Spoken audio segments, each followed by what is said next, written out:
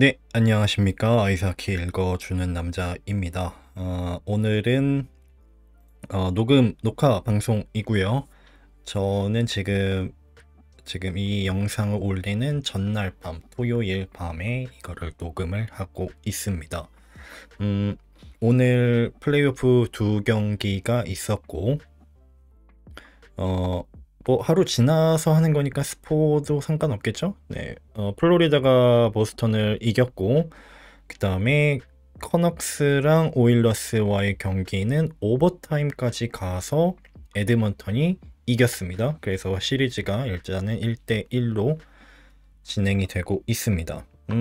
이 얘기는 조금 뒤에 얘기를 해보고요. 제가 지난 방송에 약간 어떻게 보면 예언 아닌 예언이 됐는데, 첫 번째로 이제 토론토 감독이 그 플레이오프 끝나고의 인터뷰에서의 하는 말투나 그 전에 미디어에서 했던 어떤 톤들을 봤을 때 좀 많이 진리한다라는 느낌. 그래서 아마 그만 잘리지 않을까. 왜냐면 어조가 굉장히 좀 어두운 어조였거든요. 그러니까 뭔가 긍정적인 어조가 아니었기 때문에. 근데 실제로 이렇게 빨리 결정이 날 줄은 몰랐어요. 네, 키프 감독이 잘렸습니다. 근데 뭐 할 말은 없는 것 같아요. 왜냐면 플레이오프에서 이 코어 멤버들을 가지고 그 다음 라운드를 못 올라갔다라는 거는 이제 문제가 되기는 하는데, 저 개인적으로는 요즘에 감독들이 엄청 많이 자주 바뀌고 있잖아요. 왜 단장들은 책임을 안 지는지 모르겠어요. 네, 이 멤버들과 계약을 하고 구성을 한 단장들과 요즘에는 이제 하키팀 오퍼레이션 이제 프레지던트가 있고, 토론토는 이제 브랜든 샤넌이라는 레전드 출신 선수가 지금 팀을 사실상 단장이 있긴 하지만 샤넌 어떻게 보면 프레지던트가 이끄는데, 뭐 인터뷰를 해보니까 모든 책임은 다 자기한테 있다. 모든 거는 내가 책임져야 된다라고 말을 하는데, 그럼 책임을 지면은 본인이 그만둬야 되는 거 아닌가요? 말만 모든 거는 나의 책임입니다. 이 모든 거는 그러고 가만히 있으면은 뭐 어쩌겠다는 건지 모르겠어요. 네, 어쨌든 토론토 감독은 이렇게 바뀌게 되었습니다. 누가 될지는 좀 더 지켜봐야겠죠. 그 다음에 또 이제 어떻게 보면 어두운 소식에서 그나마 좋은 소식 뭐냐면 산호세가 드래프트에서 1라운드 픽을 얻었습니다. 드래프트 로터리에서 1라운드 픽을 얻었습니다. 뭐 그 예상으로 이제 확률적으로 그 시카고가 2순위가 될 수 있기 때문에 혹시 또 운빨을 받아서 지난해에도 원래 확률적으로는 애너하임이 더 높았었죠? 그리고 콜럼버스가 두 번째 확률이었나요? 네, 어쨌든 근데 시카고가 엉겹결에 1픽을 얻으면서 베다드라는 거물을 얻어갔고, 이번에 또 이제 셀레브리니라는 유망주가 있는데 아마 1라운드 픽으로 산호세를 갈 텐데, 설마 또 시카고가 얻어가면은 음모다 뭐 이런 얘기가 나올 법했지만, 어쨌든 산호세가 셀레브레니 선수를 이제 다가오는 드래프트에서 뽑을 것 같습니다. 산호세는 이제 어두운 길을 가고 있는 시점이고, 적어도 3년에서 길게는 5년 정도를 지켜봐야 되는 어떤 리빌딩의 길고 어두운 리빌딩이 시작되는 지난 시즌, 올 시즌이었는데, 어떻게 보면 좋은 타이밍에, 그리고 보니까 산호세 샥스 프랜차이즈 최초로 넘버원 오버롤 픽을 받게 되었어요. 지난해 1라운드 픽으로 산호세가 이제 데려갔던 윌 스미스라는 또 다른 엄청난 유망주가 있습니다. 아마 윌 스미스 선수는 다음 시즌에는 NHL에서 이제 풀타임으로 뛰지 않을까 예상을 하는데, 아까 말한 대로 3년에서 5년 정도를 윌 스미스와 이제 셀레브레니 선수가 중심 원투가 되어서 이 선수들을 중심으로 산호세는 이제 프랜차이즈를 이끌어야겠죠. 근데 어떻게 될지는 몰라요. 1라운드 픽 뭐 전체 1번이라고 해서 무조건 잘 되는 것도 아니고, 뭐 팀과의 분위기가 어떻게 전개될지는 모르고요. 잭 아이클 예시가 있었고요. 네. 근데 이제 운명적인 것 같아요. 뭐 뉴스 저는 몰랐는데 알고 보니까 이 셀레브레니 선수가 이 산호세 지역이랑 인연이 있더라고요. 이 아버지가 뭐 프로스포츠 팀 약간 메디컬 멘탈 뭐 이런 쪽으로 일하신다고 들었고, NBA 스티븐 커리가 뛰는 골든 스테이트에서 좀 요직을 맡고 계시더라고요. 근데 나중에 제가 또 나중에 그래서 뭐지 해가지고 보니까 원래는 이분이 그 스포츠 관련 뭔가가 있으신가 봐요. 예, 아버지가 그 밴쿠버의 MLS 메이저리그 사커 팀 밴쿠버 화이트캡스인가요? 예전에 이영표 전 선수가 뛰었던, 네, 그 팀에서도 하다가 이제 그 골든 스테이트로 가서 하다가, 네, 그래가지고 제가 NBA는 잘 모르지만 그래도 스테판 커리는 알거든요. 네. 그래가지고 뭐 거기에 누구죠? 감독? 스티븐 커 감독인가요? 네. 그 감독이 뭐 이 선수 막 커가는 것도 봤다 뭐 이런 인터뷰를 제가 짤로 봤는데, 어쨌든 뭔가 인연이 캐나다 국적이긴 하지만 이쪽 지역, 네, 산호세 지역이랑 뭔가 인연이 있는 것 같지 않나 생각을 합니다.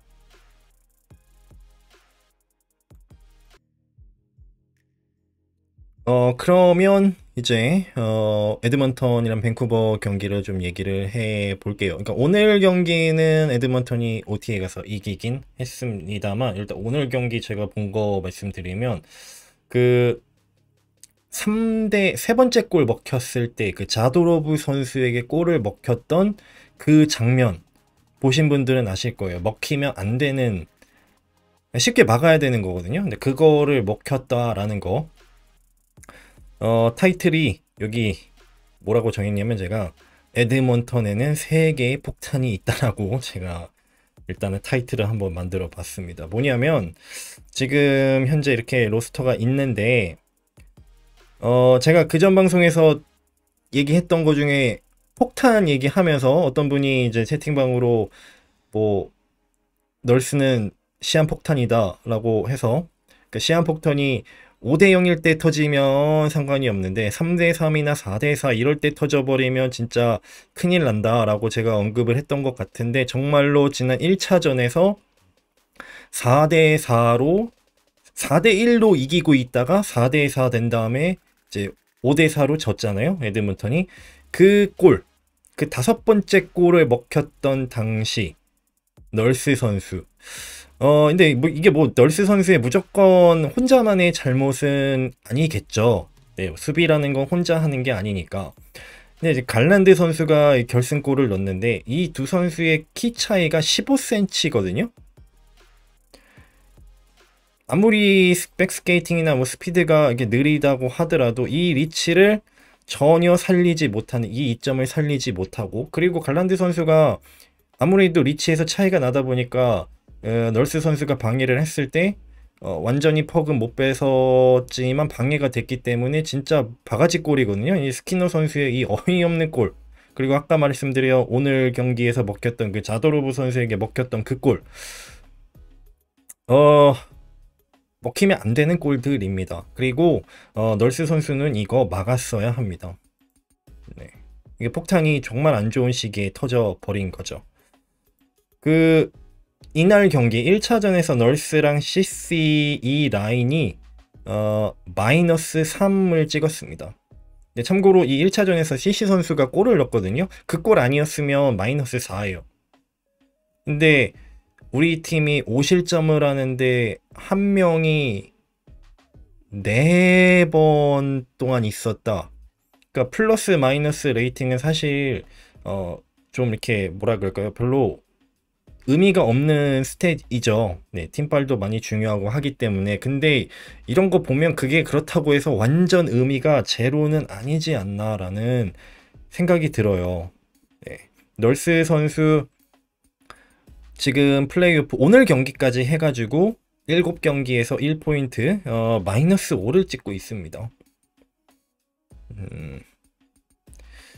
근데 이제 널스 선수나 저는 이제 개인적으로 선수들을 이렇게 까는 디스하는 거를 좀 원하지 않는 이유는 어쨌든 최고의 빅리그에서 뛰고 있는, 그리고 엄청난 연봉을, 일반인은 꿈꾸지 못한 연봉을 받으면서 그렇게 하고 있는, 어떻게 보면 월등한 사람인 거잖아요, 인간적으로 봤을 때. 그래서 어차피 욕해봤자 천장의 침뱉기라고 생각을 하는데, 이 널스 선수를 제가 비난할 수밖에 없는 이유는 그 연봉 대비예요. 만약에 널스 선수가 그냥 뭐 한 2M, 3M 정도 받으면 나쁘지 않은 선수입니다. 좋은 선수일 거예요. 하지만 9M 이상을 받아요. 마카르 선수랑 별 차이가 없습니다. 네. 그러니까 솔직히 이 연봉을 계약을 한 사람의 잘못이기는 한데, 이 널스 선수가 받는 그 연봉에 비해서 너무 수비를 못하는 게 눈으로 너무 명확하게 느껴집니다. 단순히 뭐 포인트는 어차피 공격형 수비수가 아니기 때문에 포인트는 많이 쌓지는 않고요.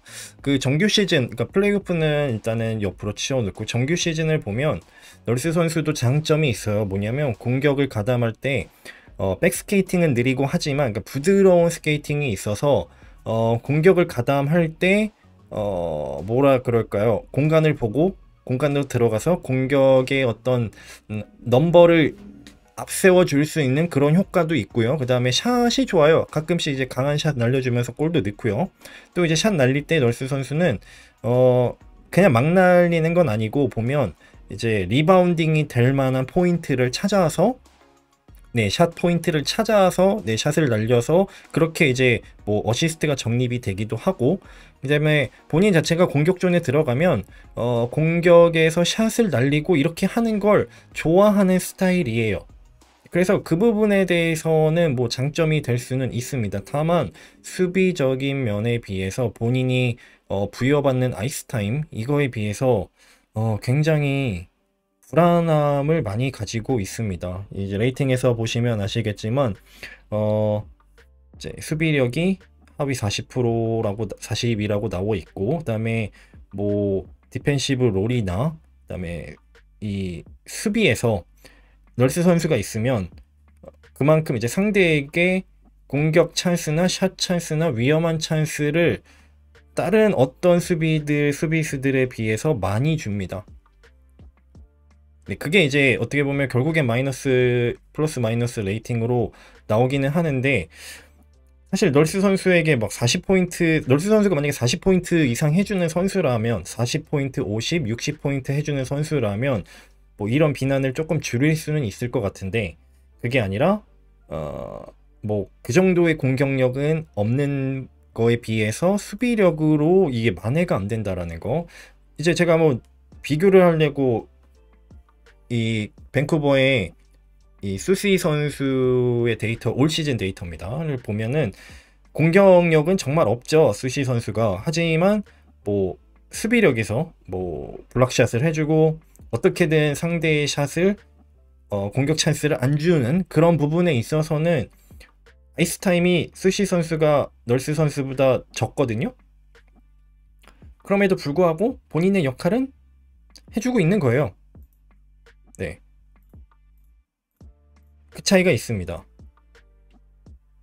그래서 이제 폭탄이 두 개가 나왔어요. 폭탄 두 개는, 첫 번째는 이제 스키너 선수, 그다음에 두 번째는 널스 선수, 이제 괄호치고 이제 CC 선수도 있습니다.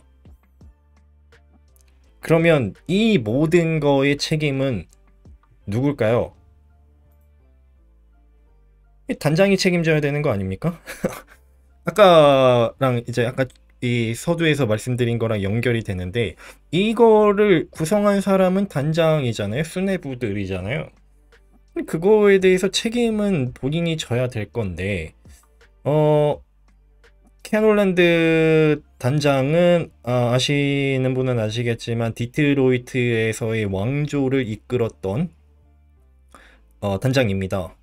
뭐 디트로이트에서 우승을 단장하면서 거의 3번인가 4번인가 했고, 그 당시에 이제 2000년대 중후반에 마이크 맷콥 감독이 있을 때였고, 이제 이거는 TMI인데요. 그 당시에 디트로이트의 마이너가 그리핀스라고 있잖아요. 그 그때 디트로이트가 AHL도 좀 먹어줬었어요. 막 파이널도 올라가고 막 그랬었고, 그 당시에 그리핀스 코치를 하던 분은 지금 이제 전에 한국 국가대표 감독을 하셨고 지금 안양알라 감독하시는 진팩 감독님이 그 당시에 제가 알기로는 그 마이너 디트로이트 마이너에서 거의 한 7년 8년인가 9년 정도를 코치 생활을 하셨어요.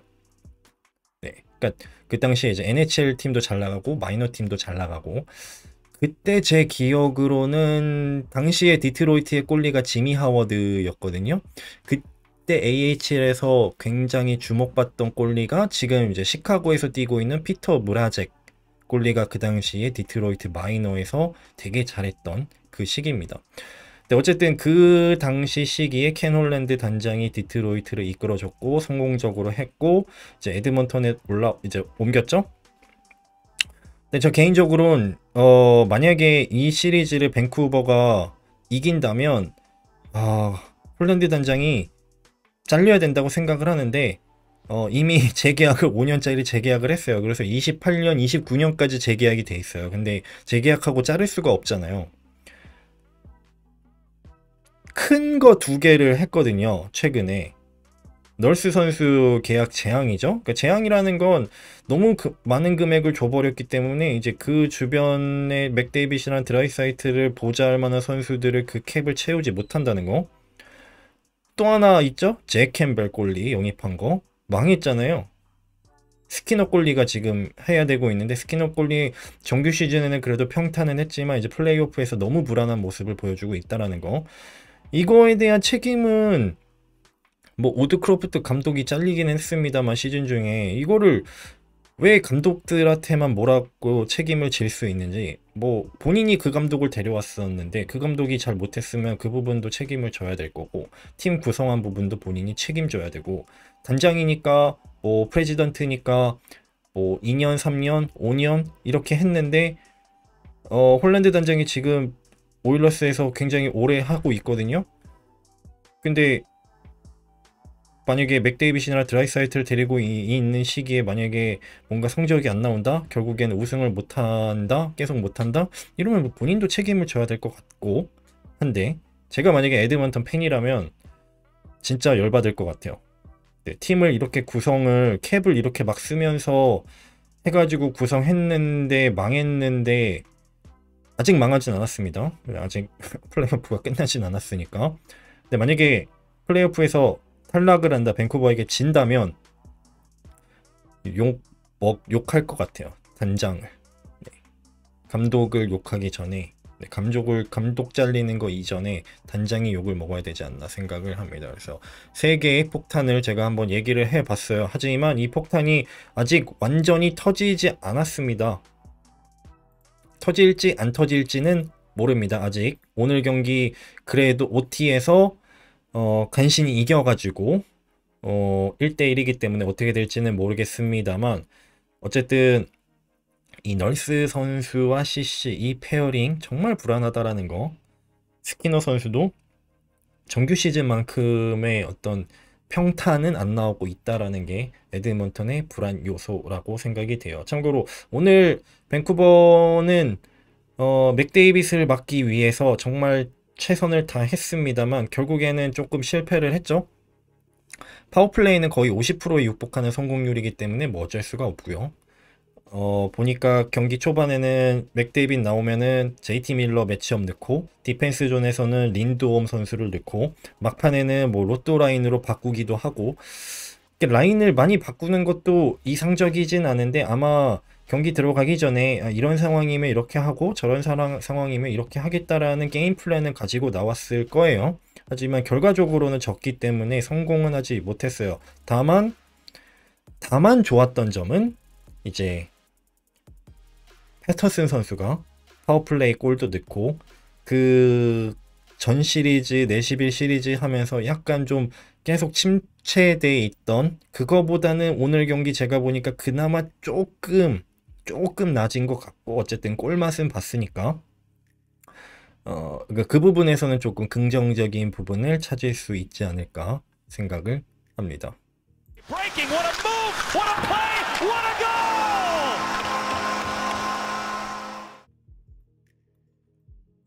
뉴욕 레인저스랑 캐롤라이나 얘기를 좀 해볼까 합니다. 놀랍게도 지금 3차전까지 레인저스가 다 이겼습니다. 레인저스는 지금 플레이오프 무패죠. 1차전, 2차전, 3차전 다 타이트하게 이기긴 했어요. 한 점 차로 이기긴 했습니다. 근데 이제 케인즈가 만만한 팀이 아닌데 결론적으로는 이렇게 원사이드로 갈 거라고는 솔직히 예상은 못했어요. 저는 이제 레인저스가 좀 더 강하다라고 생각은 했습니다만 상대가 케인즈이기 때문에 좀 치고박는 그런 경기가 나오지 않을까, 6차전, 7차전까지 가는 경기가 나오지 않을까 예상을 했습니다만 그거와는 전혀 다른 방향으로 진행이 되고 있습니다. 이 시리즈뿐만 아니라 레인저스의 이 플레이오프에 들어와서의 모습은 살아나줘야 되는 선수들, 그러니까 해줘야 되는 선수들이 그 이상을 해주고 있는 것 같아요. 그리고 이제 케인즈와의 비교를 했을 때, 케인즈의 여러 가지 이제 부상 이슈도 있습니다만, 그리고 이제 골리에서의 차이도 있습니다만, 이 플레이메이킹, 그 패스를 좀 타이트한 상황에서 위험한 지역으로 정확하게 어려운 패스를 해줄 수 있는 선수들, 그 부분이 좀 차이가 난다고 생각이 돼요. 지금 이제 플레이오프 스탯이에요. 보시면 레인저스 지금 트로책 선수가 정규 시즌에도 날라다녔는데 지금 7경기에서 5골에 7개의 어시스트 12포인트, 지바네자드 선수 3골에 9개 어시스트 이렇게 해주고 있어요. 그게 다가 아니죠. 또 누가 있냐면은 파나린 선수가 7경기에서 4골에 5개의 어시스트, 라프리니에르 선수 올 시즌에 완전 스텝업 했죠. 역시나 7경기에서 3골에 6개 어시스트. 어시스트가 많아요. 네, 해줄 수 있는 선수들이 그 이상을 해주고 있어요. 근데 그 케인즈도 있기는 있죠.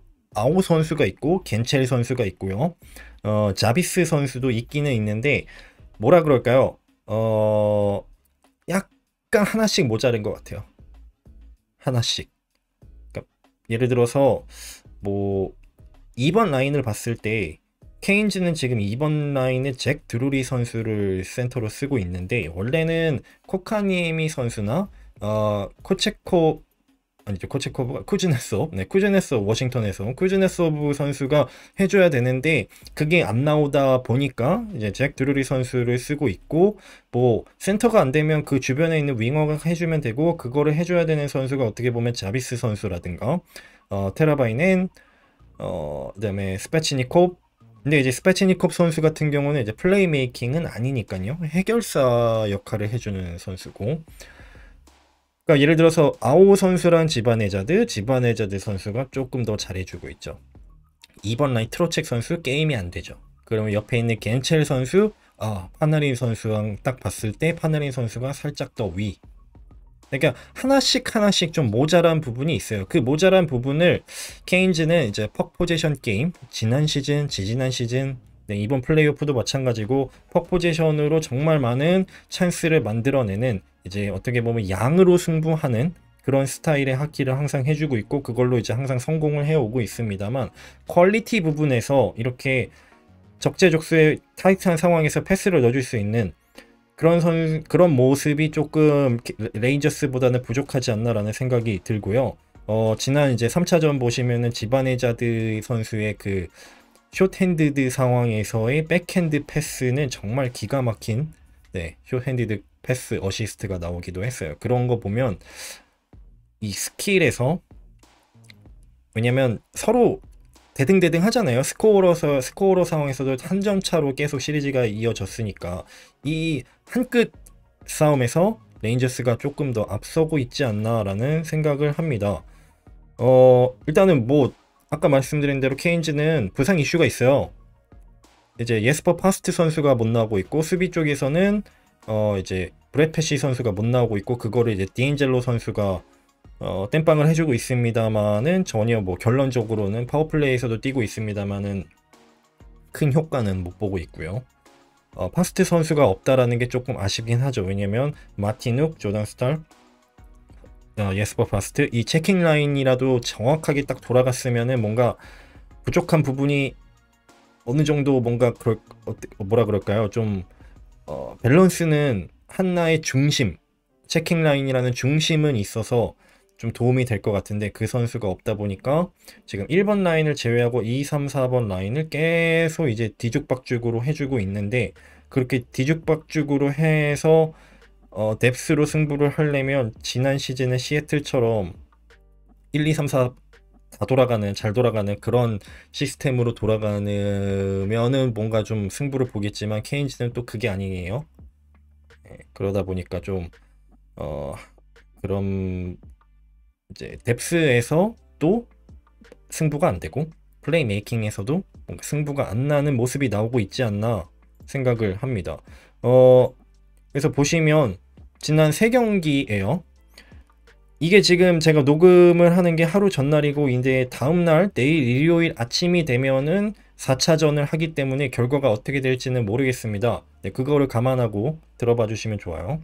일단은 3차전까지 파워플레이나 숏핸디드는 이제 무시하고 5on5만 봤을 때 공격 점유율이 케인지가 거의 60%입니다. 케인지는 원래 이랬어요. 언제나 항상 지난 몇 년간 이런 학기를 했어요. 그래서 좋은 승부를 가져갔었죠. 근데 이제 기대 득점 부분에서 레인저스가 거의 비등한 느낌으로 가고 있다라는 건 결국엔 퀄리티에서는 레인저스가 더는 아니지만 공격 점유율에 비해서는 대등하다라고 볼 수 있겠죠. 그리고 보니까 위험 지역에서의 샷 기회가 레인저스가 훨씬 더 높아요. 그러니까 제가 아까 말씀드린 이 플레이 메이킹으로 패스를 위험 지역으로 보내줄 수 있는 그 수치가 레인저스가 조금 더 높습니다. 그러니까 그게 조금 더 높으니까 경기가 한 경기 매 경기마다 조금씩 한 골 차이로 이겼고 그게 이렇게 왔네요. 네, 시리즈가 이렇게 진행이 되고 있어요. 3대 0으로 지금 레인저스가 완전히 앞서고 있거든요. 레인저스가 올라가겠죠. 네, 너무 3대 0이기 때문에 시리즈가 3승 1 0패 3승으로 지금 레인저스가 다 이기고 있기 때문에 이거를 뒤집기에는 미라클이 필요할 것 같은데 그게 쉽게 나올 것 같지는 않습니다. 하지만 케인지가 내일 경기에서 수입은 안 당했으면 하는 저 개인적으로 바람은 있어요. 하지만 결론적으로는 레인저스가 올라갈 것 같다. 그리고 제가 말씀드린 이 부분에서의 차이가 있지 않나 라고 생각을 합니다. Breaking, what a move, what a play, what a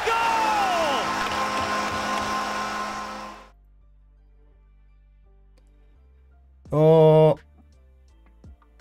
그러면 이제 다음 코너로 넘어가 볼게요. 지난주부터 이제 시즌 리뷰를 하고 있습니다. 오늘 이번 주에 할 리뷰 팀은 워싱턴을 한번 얘기를 해볼까 합니다. 이제 플레이오프는 올라갔죠. 정말 미스터리하게 올라갔습니다. 마지막에 어부지리로 올라가서 이제 미스터리라는 거는 정규 시즌에 득점과 실점이 거의 30점 이상 더 많았던 팀이었는데, 그러니까 결국에는 좋은 팀이 아니었던 거죠. 근데 이제 플레이오프를 올라가기는 했습니다만 이제 탈락은 했습니다. 1라운드에서. 올 시즌을 이제 한번 돌아보면 오베츠킨 선수가 이렇게 생산력이 떨어질 거라고는 급격하게 떨어질 거라고는 생각을 못했어요.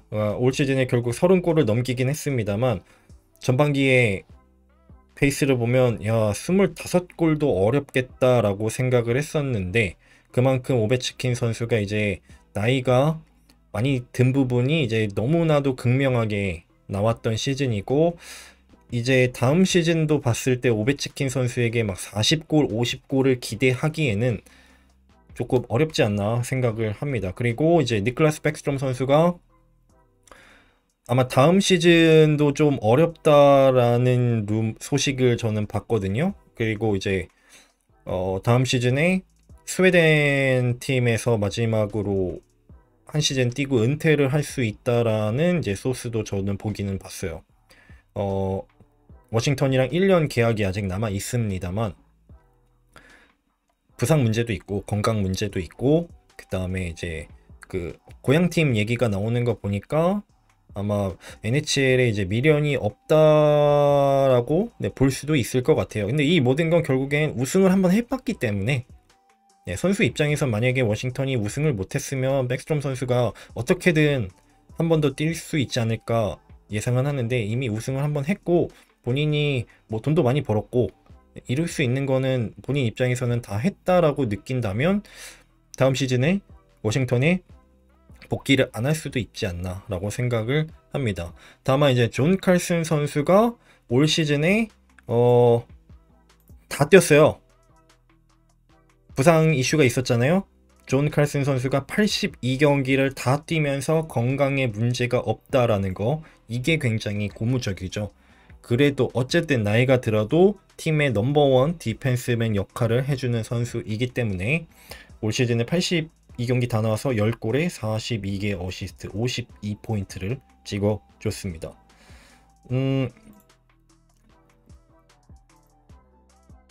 올 시즌 레이팅으로 볼게요. 네, 워싱턴의 최고 선수는 누가 뭐래도 딜런 스트롬 선수입니다. 올 시즌에 60포인트 이상을 해주면서 공격과 수비에서 넘버원 센터 역할을 해줬습니다. 뭐 시즌 중에는 넘버원, 넘버2 이거를 맥마이클 선수랑 번갈아 가면서 해주긴 했습니다만 어쨌든 공격이나 수비 전체적으로 팀을 이끌었던 거는 딜런 스트롬 선수가 해줬고 굉장히 좋은 이제 다음 시즌도 분명히 활약을 해줄 수 있다라고 예상이 돼요. 오베치킨 선수가 수비력은 뭐 거의 없지만 결국엔 30골 이상을 넣어주면서 막판에 몰아치기로 넣어주면서 어떻게 보면 뭐라 그럴까요? 완전 망하지는 않았습니다. 다만 이제 더 이상 그 이상의 퍼포먼스를 다음 시즌 기대하기는 좀 어려울 것 같고요. 수비 쪽에서 보면 아까 말씀드린 대로 존 칼슨 선수가 본인의 역할은 다 해주긴 해줬어요. 뭐 공격이나 수비에서 예전만큼의 모습은 아니지만 그래도 본인이 이제 그동안 부상이 있었다라는 걸 감안했을 때 풀시즌을 올 시즌 치르면서 해줄 거는 다 해줬다. 이제 한 가지 아쉬운 거는 제2의 디펜스맨이 이제 토론토에서 데려왔던 산딘 선수가 있는데 기대만큼 저는 개인적으로 좀 기대를 했거든요. 왜냐면 이제 펑 무빙 디펜스맨이기 때문에 어떻게 보면 포인트의 생산력에 있어서 산딘 선수가 좀 해주지 않을까 라고 생각을 했습니다만 그냥 평타, 네, 평타 정도를 해줬습니다. 이제 골리를 보시면 이제 여기도 이제 큰일 났죠. 캠퍼 골리가 이렇게 올 시즌 망했거든요.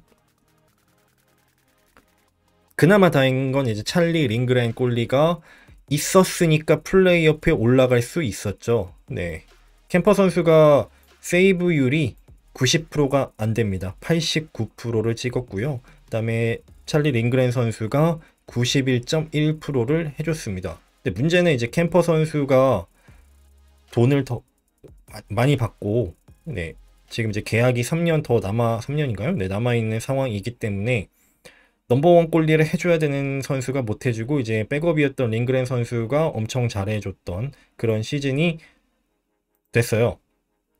보시면 링그렌 선수가 50경기를 나왔고요. 캠퍼 선수가 33경기를 나왔습니다.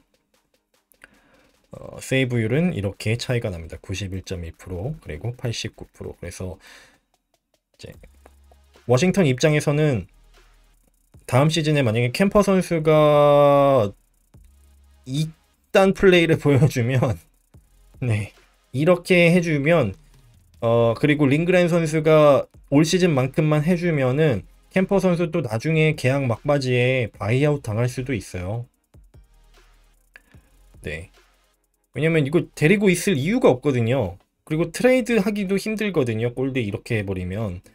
그래서 뭐 계약 막바지 1, 2년 남았으면은 트레이드를 이제 트레이드도 안 되니까 이제 바이아웃을 할 수 있는 가능성도 있지 않을까라고 생각을 합니다.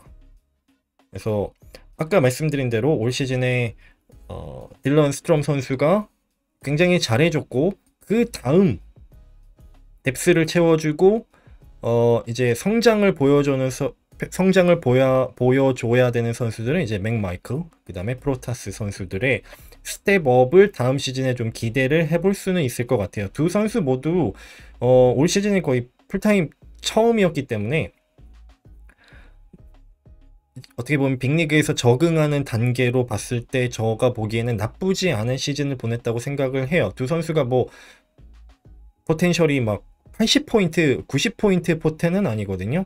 하지만 맥마이클 선수 같은 경우도 한때 뭐 1번 라인 센터로도 뛰었었고, 네, 프로타스 선수도 이제 수비적인 부분에서 굉장히 좋은 모습을 보여줬는데, 이 공격적인 생산력에서 조금만 스텝업을 해준다면은 다음 시즌에 좀 기대를 해볼 수 있지 않을까. 이미 프로타스 선수 같은 경우는 이제 재계약을 5년짜리 재계약을 다 했고요. 경력이 많이 안 됐음에도 불구하고 재계약을 했다는 거는 팀에서 그만큼 믿고 있다라는 거죠. 그 다음에 아까 말씀드린 대로 골리 문제, 이제 캠퍼 선수 이 문제가 해결이 돼야 돼. 이게 만약에 해결이 안 되면 이제 링그렌 선수가 이제 주전으로 올라가는 거고, 캠퍼 선수는 어떻게 보면 또 제2의 그루바우어가 돼버리는 상황이 나올 수도 있습니다. 하지만 이 모든 거를 얘기하기 전에 다음 시즌에 워싱턴은 이번 이제 오프 시즌에 들어가면서 본인들의 그 다음, 어떻게 보면 다음 프랜차이즈의 다음을 제대로 한번 세팅을 해야 될 것 같아요. 뭐냐면 누가 봐도 뭐 지금 위에만 있는 맥마이클 선수나 프로타스 선수가 무슨 뭐 80포인트 해줄 선수들도 아니고요. 그 다음에 이제 백스트롬 선수가 돌아와도 제대로 해줄지 옛날만큼, 그것도 이제 잘 모르는 상황에서 오베치킨 하나 믿고 플레이오프 모드로 우리는 또 들어간다? 윈 나우 모드로 들어간다라는 거는 좀 무모하다라는 생각은 들어요. 다만 이제 감정적으로 보면 와, 오베치킨이라는 골에서는 고트인데 이 선수가 이제 계약이 2년 정도 남아있는 상황에서 이거를 리빌딩 하듯이 들어가면서 이제 루징 팀으로 남는 게 보기에는 좋지가 않은 건 맞죠. 네, 레전드가 은퇴하는 1, 2년 동안 루징 팀으로 리빌딩으로 들어가는 거 좀 보기에는 좀 그렇잖아요. 그리고 올 시즌처럼 야, 뭐 해보고 와일드카드라도 계속 노리자, 뭐 이렇게 해도 상관은 없는데 이게 별 의미가 없죠. 이도저도 아닌 상황이니까. 그럴 거면 지금 이제 필라델피아처럼 약간 좀 팔 선수들은 팔고 리툴링 모드로 들어가야 되지 않을까. 그러니까 이제 단장 입장이나 프랜차이즈 입장에서 그 가는 길을 좀 제대로 세팅을 해야 될 것 같아요. 지금 워싱턴은 조금 이도 저도 아닌 상황이에요. 뭔가 젊은 선수들이 막 많은 것도 아니고 버팔로나 오타와처럼. 그렇다고 윈 나우로 모드로 가기에는 너무 부족하고, 그럼 이거를 해결하려면 윈 나우로 가려면은 이번 오프 시즌에 제대로 영입을 해야겠죠? 네, 만약에 윈 나우로 간다면은 지금의 로스터 구성으로는 뭔가 승부를 내기가 어렵죠. 그 이번 플레이오프에 진출한 것도 간신히 갔으니까. 그래서 만약에 플레이오프를 가고 싶다면 딜런 스트롬, 오베치킨을 보좌해 줄 수 있는 포인트 생산력이 있는 스킬 있는 공격수의 영입이 필요합니다. 그리고 수비에서도 존 칼슨 선수를 보좌해 줄 수 있는 2번 페어링이나 3번 페어링, 그 다음에 파워플레이 2번 유닛, 뭐 요 정도에서 뛸 수 있는 디펜스맨이 필요하다라고 생각을 해요. 근데 이 모든 거는 이제 단장이 결정을 해야겠죠. 뭐 여러분은 어떻게 생각하시나요? 워싱턴이 답이 있나요? 그러니까 뭔가 플레이오프를 노릴 만한 그런 팀이라고 보시나요? 저는 그렇지 않다라고 보거든요. 네, 지금 여기 나와 있는 구성으로는 뭐 뜬금없이 뭐 맥마이클이나 프로타스 선수가 막 60, 70, 80포인트 이렇게 해주는 선수가 될 수 있을지는 모르겠습니다만, 제가 보기엔 그럴 만한 여지가 아직은 안 보이는 상황에서 냉정하게 말하면 리툴링으로 가야 되는 게 맞는 것 같기는 해요. 이제 오베츠킨의 이제 남은 황혼기 1, 2년이 조금 아쉽게 되기는 하겠지만 말이죠. 네, 오늘은 여기까지 하고요. 다시 한번 말씀드리면 이 녹음은 토요일 날 밤에 했다라는 거. 그래서 일요일 경기, 우리나라 시간으로 일요일 날 아침에 있었던 경기는 이제 결과를 제가 모르고 녹음을 했습니다. 그래서 아까 말씀드린 뭐 레인저스랑 케인즈 경기가 어떻게 될지는 몰라요. 그리고 내일 또 콜로라도랑 이제 앱스 경기가 있는데 이것도 봐야 되는데 그 부분은 제가 다음 주 방송에서 좀 얘기를 해보겠습니다. 자, 오늘은 여기까지 하겠습니다. 감사합니다.